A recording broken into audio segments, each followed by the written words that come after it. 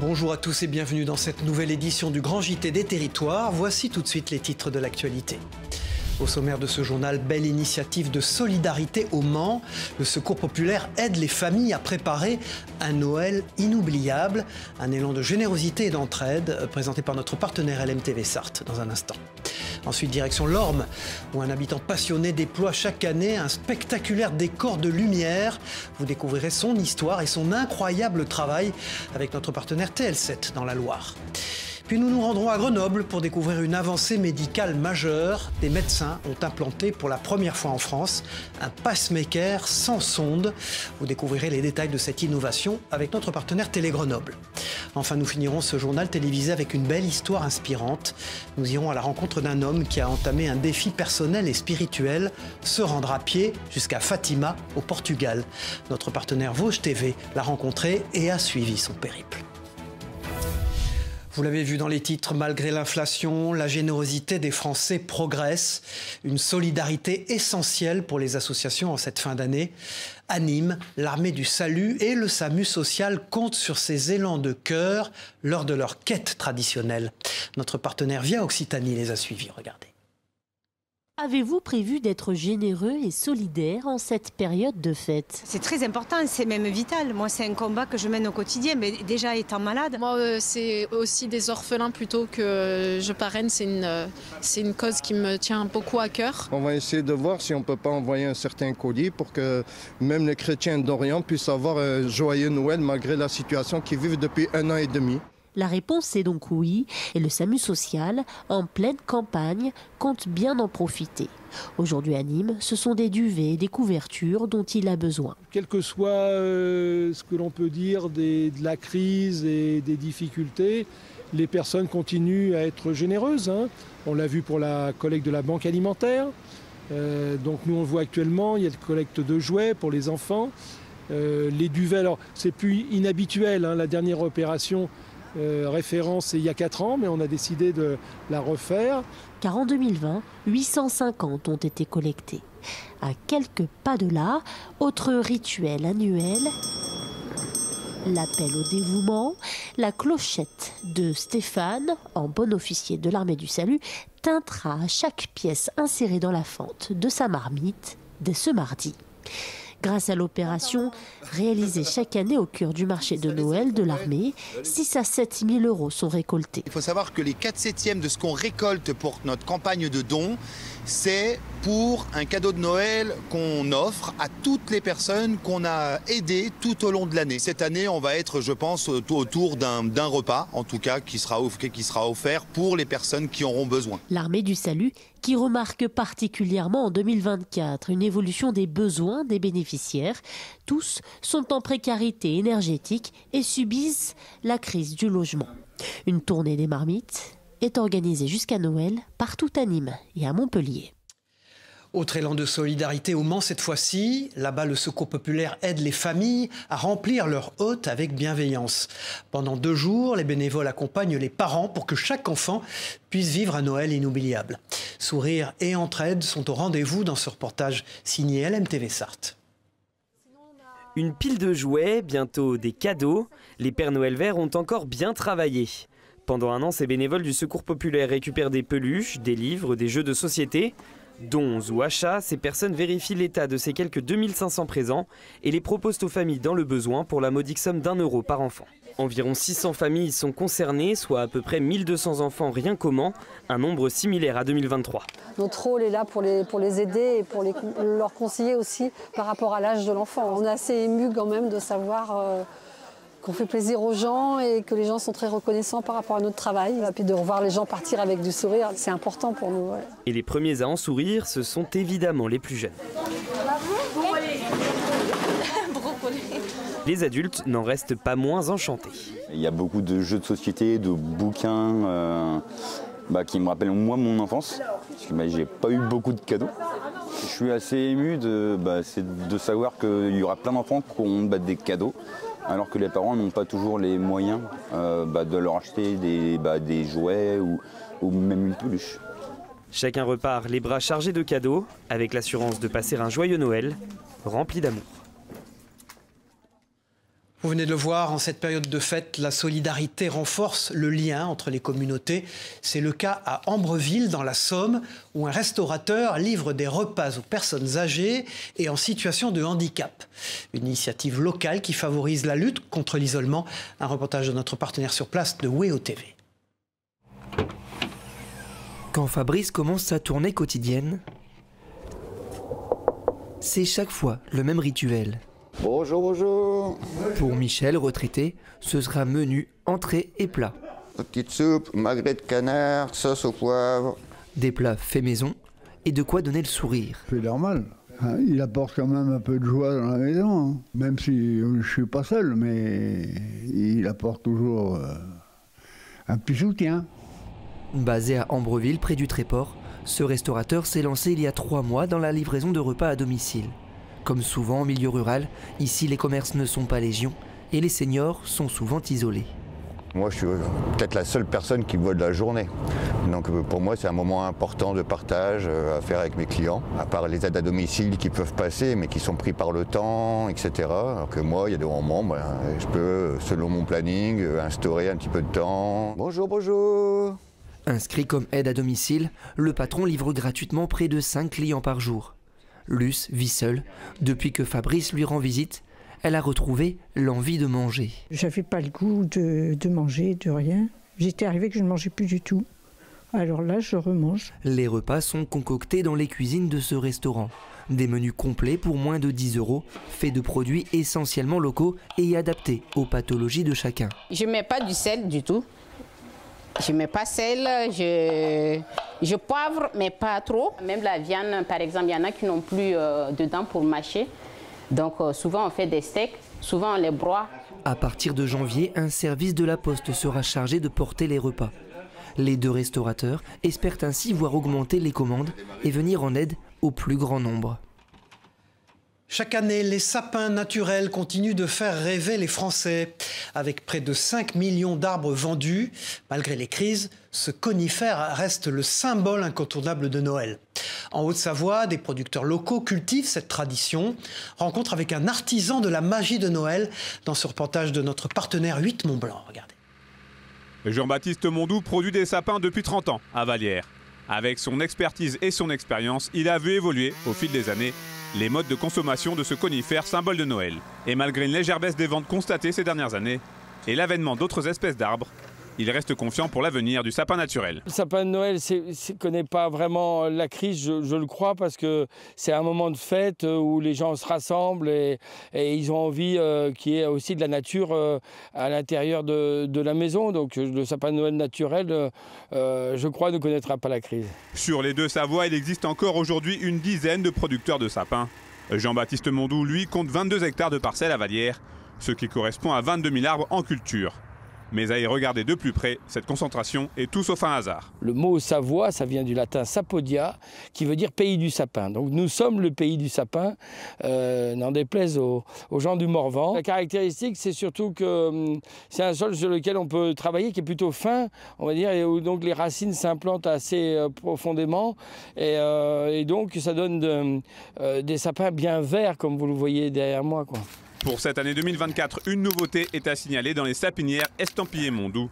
Depuis le mois d'octobre, la certification bio est officielle et elle a été rendue possible par l'utilisation exclusive d'engrais organiques, le fruit d'une longue réflexion. On a réfléchi avec aussi des techniciens qui nous accompagnent, avec des analyses de sol aussi. Et le verre que vous voyez là, on ne l'avait pas véritablement les années auparavant. On a trop longtemps nous-mêmes négligé le sol, qui est quand même le support important de nos cultures. Pas de surprise à prévoir pour cette saison. Le Norman sera encore une fois le sapin préféré des Français, loin devant l'épicéa ou le nobilis. De son côté, Jean-Baptiste Mondou espère écouler près de 45 000 sapins d'ici au 24 décembre pour qu'ils puissent continuer de ravir petits et grands.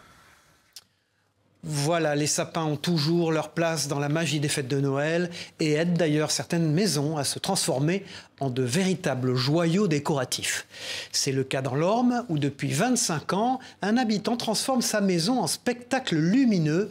Découvrez son incroyable travail et l'histoire derrière cette tradition avec notre partenaire TL7 dans la Loire.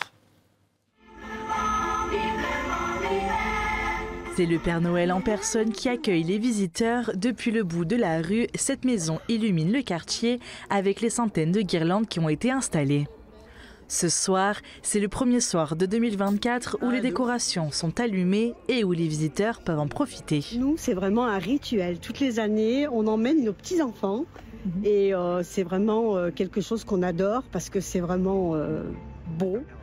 Et puis, bon, à l'approche des fêtes de Noël, ça met un peu de baume au corps parce que c'est tellement bien fait. Cette maison est devenue au fil des années un incontournable pour la ville de Lorme et même pour les villes aux alentours.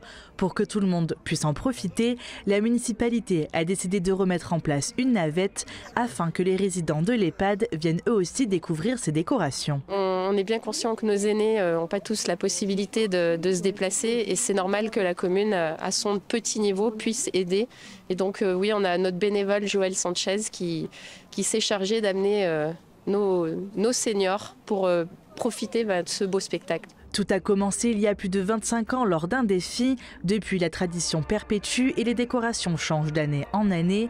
Mais il faut s'y prendre tôt pour réussir à toutes les installer avant le grand jour. Au bout de tant d'années, la passion est venue et je continue. Ça me contente, hein. Je suis heureux de voir les gens heureux. Tous les soirs, François ouvre sa maison à partir de 17h30 pour que chaque visiteur profite et découvre ses illuminations. Et les décorations de Noël ne sont pas uniquement spectaculaires chez les particuliers. À Ligny, en Barrois, en Lorraine, les agents municipaux s'activent pour tout installer avant la Saint-Nicolas, qui marquera, vous le savez, le début des festivités. Un mois de travail et un coût assumé par la ville qui garantissent des illuminations festives jusqu'en janvier. Reportage de notre partenaire Puissance TV. Les décorations de Noël embellissent nos villes, mais avant de les voir dans les rues, c'est au centre technique municipal qu'elles prennent vie. Ce matin, les agents vont installer pour la première fois un cœur géant devant l'unité Alzheimer de Ligny en Barrois. Une fois le cœur installé, retour au centre technique. La prochaine décoration de Noël, 2 étoiles seront installées sur l'église. Après plusieurs semaines de préparation, près d'1 mois d'installation attendent les équipes municipales. C'est parti pour la pose des étoiles sur l'église. Alain monte sur la nacelle. Il doit veiller à la bonne mise en place des décorations et prévoir les risques. La plus grosse difficulté, c'est de travailler en sécurité, faire attention aussi aux usagers, bien respecter les consignes pour qu'il n'y ait pas de problème. Les décorations de Noël seront raccordées au réseau électrique de la ville avant le 8 décembre et la Saint-Nicolas qui annonce le début des festivités. Pour la commune, ces décorations sont essentielles. C'est la magie de Noël pour les enfants et pour les grands et tout le monde attend cet événement-là avec impatience. Quand on voit toutes les lumières qui s'allument d'un seul coup, on est aussi émerveillé que les enfants et on s'aperçoit qu'on a fait quelque chose de bien pour nous-mêmes, pour notre satisfaction personnelle, mais pour le plaisir de tous. Ces décorations de Noël sont changées tous les 4 à 5 ans. Pour la mairie, cela représente un coût assumé et volontaire. Je pense qu'on est entre 25 et 30 000 euros pour 3 semaines d'illumination. Il y a des choix, bien sûr, budgétaires à faire, mais il y a aussi des priorisations. Et, les illuminations de Noël font partie de nos priorités. Les illuminations habilleront Ligny jusqu'en janvier avant d'être démontées et rangées jusqu'à l'année prochaine. Et puis la ferveur des fêtes perdure également sous le soleil.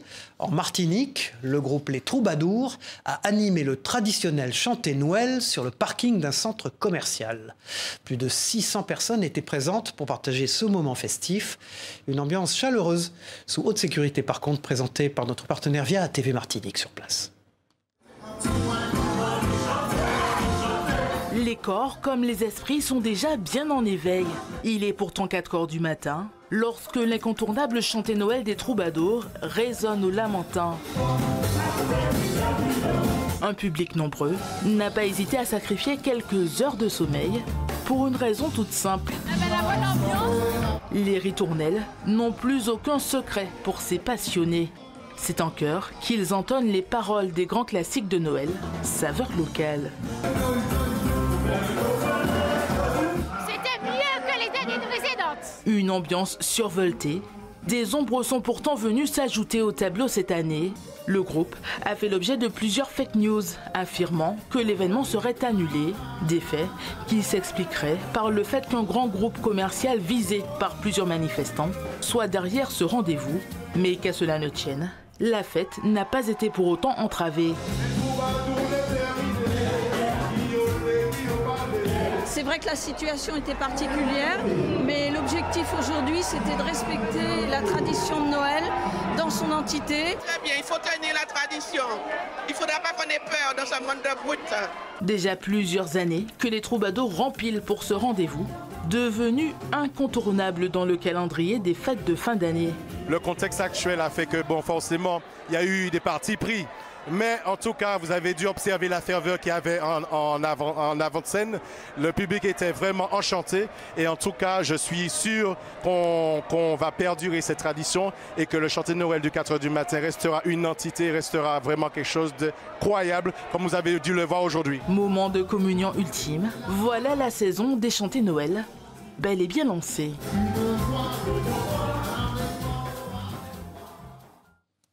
Les fêtes de fin d'année sont aussi l'occasion de savourer des repas gourmands et réconfortants.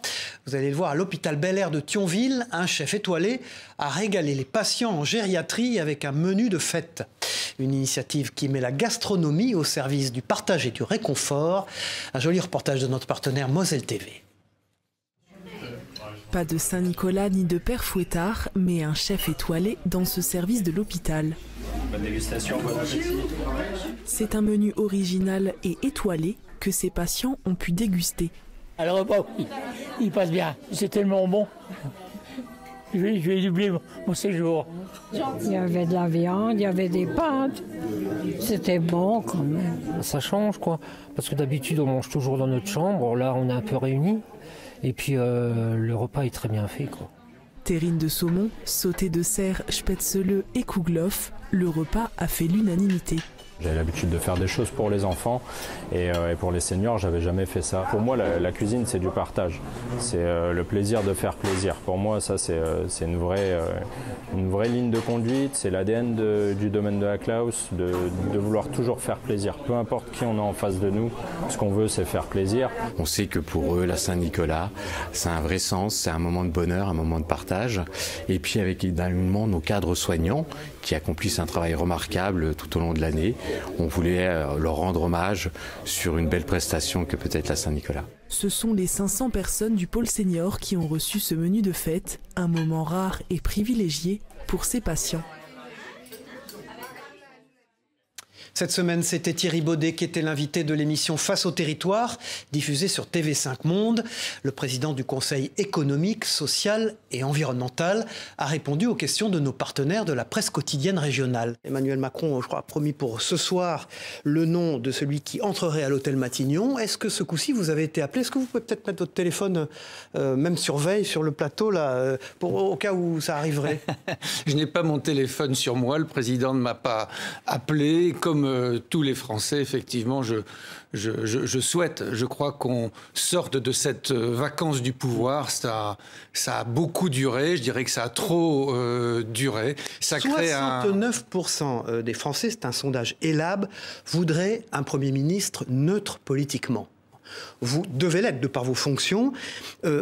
Comment ça se passe quand on est appelé par le président et consulté pour Matignon? Ça a été le cas la première fois lorsque le président Macron a nommé Michel Barnier.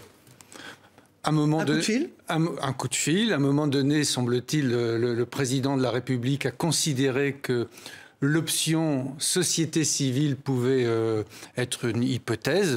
Naturellement, j'ai considéré la proposition. Bien sûr, c'était une surprise. La proposition, l'appel du président de la République.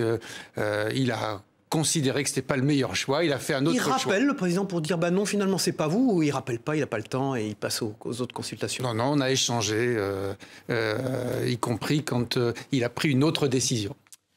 Du sport maintenant dans ce journal. En Corse, une école innove avec des cours de boxe féminin pour débutantes. Encadrée par Laura Delogu, une boxeuse de haut niveau, les participantes apprennent les bases de la discipline dans une ambiance dynamique et motivante. Une initiative qui met la boxe à portée de toutes.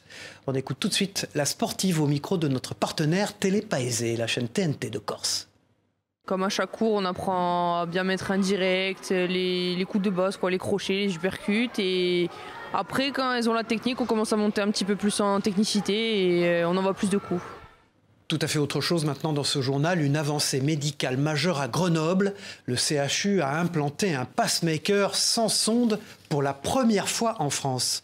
Léger, rapide à poser, il réduit les complications des anciens modèles. Prochaine étape, une version qui se recharge avec les battements du cœur. Et oui, plus d'informations avec notre partenaire Télé Grenoble. Regardez. Grenoble, toujours à la pointe de la technologie, et ce, même dans le milieu médical. Pour une première française hors études, un patient se fait poser un nouveau type de pacemaker au CHU. Maintenant, en fait, on a la possibilité d'implanter des stimulateurs sans sonde qu'on appelle double chambre, c'est-à-dire qu'en fait, il y a un stimulateur sans sonde dans l'oreillette, un stimulateur sans sonde vissé dans le ventricule, et les deux vont communiquer entre eux pour réaliser un synchronisme entre l'oreillette et le ventricule et reproduire la contraction cardiaque physiologique. Une petite révolution car depuis 70 ans, les patients se font majoritairement implanter des stimulateurs complexes avec des sondes.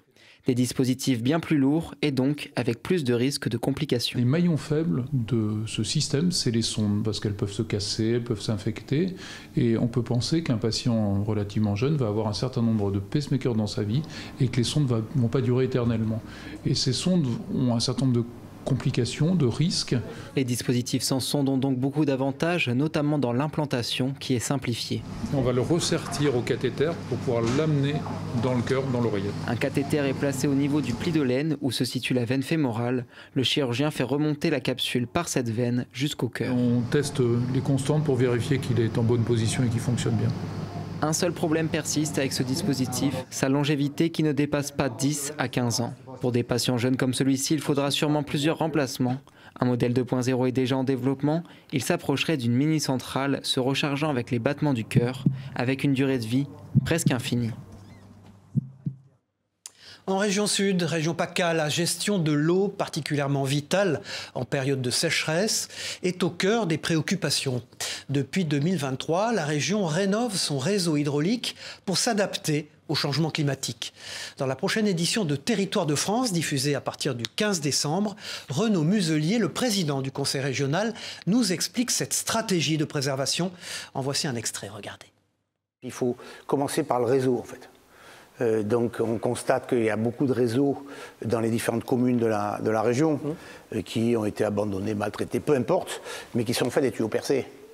Et donc quand vous avez entre 50 à 70% des tuyaux qui sont percés, vous pouvez mettre l'eau que vous voulez dans le tuyau, il est percé. Il faut moderniser les infrastructures, c'est ça ? Il faut, et on l'a bien vu en Israël, il faut qu'il n'y ait pas plus de 5 à 10% de fuite. Au-delà des 3 à 4 millions d'euros par an réguliers là-dessus, c'est un plan d'investissement jusqu'à la fin du mandat 2028 de 800 millions d'euros. Donc 800 millions d'euros, c'est quand même... Alors on a un outil qui est très important qu'est la Société Canal Provence, qui s'appuie sur les eaux de Marseille, et donc on doit développer la totalité de la distribution sur le Var, sur les Bouches-du-Rhône et sur le Vaucluse, qui sont en sécheresse hydrique. Et puis une belle histoire inspirante pour terminer ce journal.